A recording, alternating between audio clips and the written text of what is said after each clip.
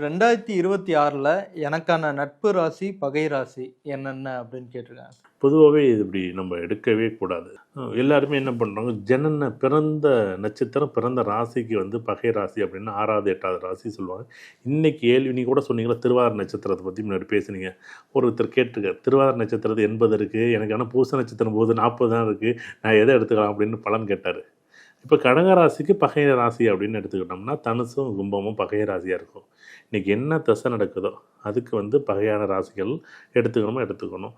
அவங்களுக்கு இப்போ உதாரணமாக எனக்கு வந்து அஸ்வினி நட்சத்திரம் இப்போ ஏஆர்பி போணுச்சுன்னா உதாரணமாக கன்னி ராசியும் விருச்சிக ராசி எனக்கு பகை ராசியாக இருக்குமானா இருக்கும் இந்த காலகட்டம் வரைக்கும். அதை ஒவ்வொரு ராசிக்கும் என்னென்னங்கிறத சொல்ல முடியுமா? இல்லை பொதுவாக தான் இது வந்து பொதுவான பலன் தான். இந்த நட்சத்திரம் இந்த ராசி கிடையாது. இப்போ மேஷராசி ரிஷப ராசிக்கு பகை ராசி, மேஷராசிக்கு பகை ராசி, கன்னி ராசி விருச்சிக ராசியாக வரும். அடுத்த ரிஷப ராசிக்கு துலா ராசியும் தனுசு ராசியும் பகை ராசியாக வரும்.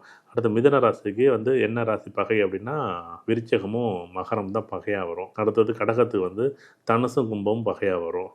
என்னுடைய லக்கணம் என்னுடைய ராசி சிம்மமாக இருந்துச்சுன்னா மகரமும் மீனமும் பகை ராசியாக வரும்.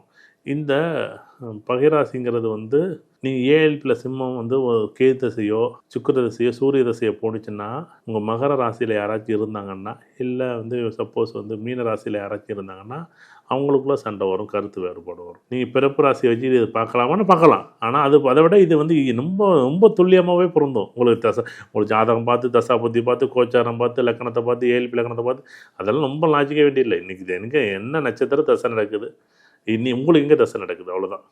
நம்ம ராசி அதிபதி பொருத்தம் ராசியை பொருத்தம் பார்ப்போம். ராசி பொருத்தங்கிறது பிறந்த நட்சத்திரத்தை பார்ப்பாங்க. இன்றைக்கி நாங்கள் அச்சய நட்சத்திரம் தான் பார்ப்போம். இப்போ உதாரணமாக கன்னி ராசி உதாரணமாக யாருக்காச்சும் போணுச்சுன்னா ஏஎல்பியில் ஏஆர்பி போணுச்சுன்னா ஐயா இது மாதிரி கும்பமும் மேஷமும் பொருந்தாத பகையான ராசிகள். அடுத்து துலா ராசியாக இருந்துச்சுன்னு வச்சுங்களேன், இப்போ அவங்களுக்கு வந்து மீனமும் ரிஷபமும் பகை ராசியாக இருக்கும். விருச்சகமாக இருந்துச்சுன்னா மேஷமும் மிதுனமும் பகை ராசியாக இருக்கும்.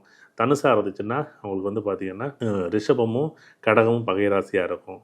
எனக்கு வந்து ஏஎல்பி வந்து உதாரணமாக ஏஎல்பி லக்கணமோ அச்சய ராசியை வந்து மகரமாக இருந்துச்சுன்னா எனக்கு வந்து மிதுனமும் சிம்மமும் பகை ராசியாக இருக்கும். எனக்கு கும்பராசி போணுச்சுன்னா எனக்கு கடகமும் கன்னியும் பகை ராசியாக இருக்கும். எனக்கு மீனமாக இருந்துச்சுன்னா எனக்கு வந்து சிம்மமும் துலாமும் பகை ராசியாக இருக்கும். இந்த ராசியோடு சேர்ந்தாலே பிரச்சனை வருமானம் வரும். உங்கள் ஃப்ரெண்ட்ஸில் யாராச்சும் பிடிக்கலன்னு வச்சுங்களேன், போன வருஷம் வரையும் பிடிச்சிருக்கும், அதுக்கு முதல் வருஷம் வரையும் பிடிச்சிருக்கும், 10 வருஷத்துக்கு முன்னாடி நல்லா பிடிச்சிருக்கும், இப்போ பேச விட மாட்டான்.